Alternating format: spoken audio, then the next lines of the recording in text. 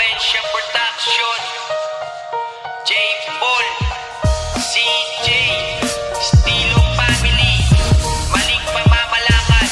Ano nga ba ang punot dulo ng mga kaguluhan dito sa ating bansa Pinas? Kaya't marami sa atin nang lumuluwas at nag-iibang bansa upang maghanap ng magandang trabaho. Ngunit hindi nila alam sa paglapag ng eroplano, sila'y minamaltrato ng mga kapwa-tao. Hindi pa ba natutukat sa pagputok na bukang liwayway? Sunod ito sa pagpalitan ng putok sa pagitan ng sundalo at rebelde na di alam ang pinaglalaban. Na dahil ba sa kayaman kaya't kayo nagpapatayan? Bakit di kayo magtulungan? Bakit hindi nyo daanin sa magandang usapan? At ilang pa ba ang masasawi sa bala? Hindi pa ba kayo nadadala? Maraming residenteng nadadamay. Pag meron nasawi, sasabihin nyo kayo'y nakikiramay.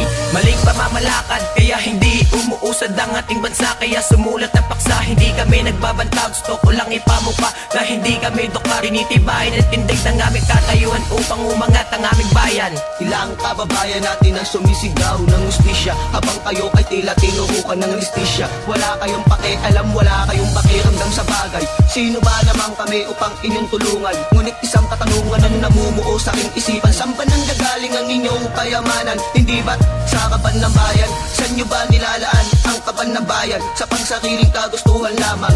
Ang lahat kanyan ay pinaghirapan ng ating kababayan na gusto ding makaahon sa kahirapan. Dahil sa mga pangako nyong binibitawan, ngayon kayo ay nanunungkulan. Nasaan na ang sinasabi nyong pagbabago? Ngunit ang sinumpaang pangako ay tila napako. Maling pamamalakad, kaya hindi umuusad ang ating bansa. Kaya sumulat ang paksa, hindi kami nagbabantag. Gusto ko lang ipamuka na hindi kami dokar. Tinitibayin at tindig ng aming katayuan upang umangat ang aming bayan. Kaguluhan at dahas kumakalat sa Pinas. Maraming ang batas, ngunit wala pang malutas. Ito na nga lang ba ang ating pangahawakan? Kahirapan dulot ng mga problema na hindi malunasan. At mga kababayan at kabataan na nangungulila sa pag-aruga ng kanilang mga magulang. Nang dahil sa ungas na nanunungkulan, kapayapaan kailan ba maaasa? Mabuti pa ang kabilang iba ay tumutulong sa ating pagtayo, habang ikaw naman ay hindi nangangalis sa iyong pag-upo.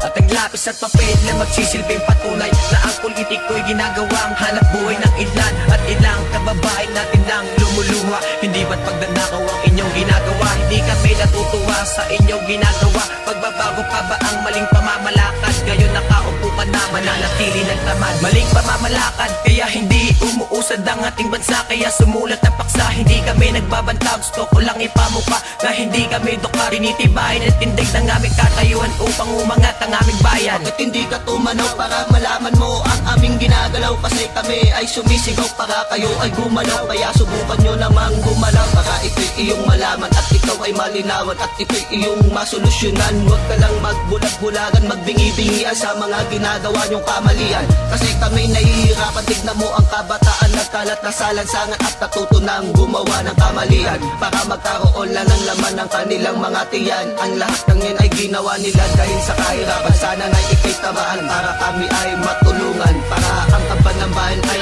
amin lang mapakinabangan. Maling pamamalakad, kaya hindi umuusad ang ating bansa. Kaya sumulat ang paksa, hindi kami nagbabantag. Gusto ko lang ipamuka na hindi kami dokar. Tinitibayin at tindig ng aming katayuan upang umangat ang aming bayan. Maraming kababayan natin nang umiiyak, namumuhay ng hindi tiyak, naging sunod-sunuran sa nakatataas. At wala na bang ibang paraan upang kaguluhan malutas? Puro pangako na lang ba ang inyong gagawin? Subukan nyo naman kaming tanawin upang makita nyo ang tunay na pangangailangan ng ating bansang puno ng kahirapan. Dulot ng mga problema na hindi malunasan, tuloy marami ang gumagawa ng kasalanan.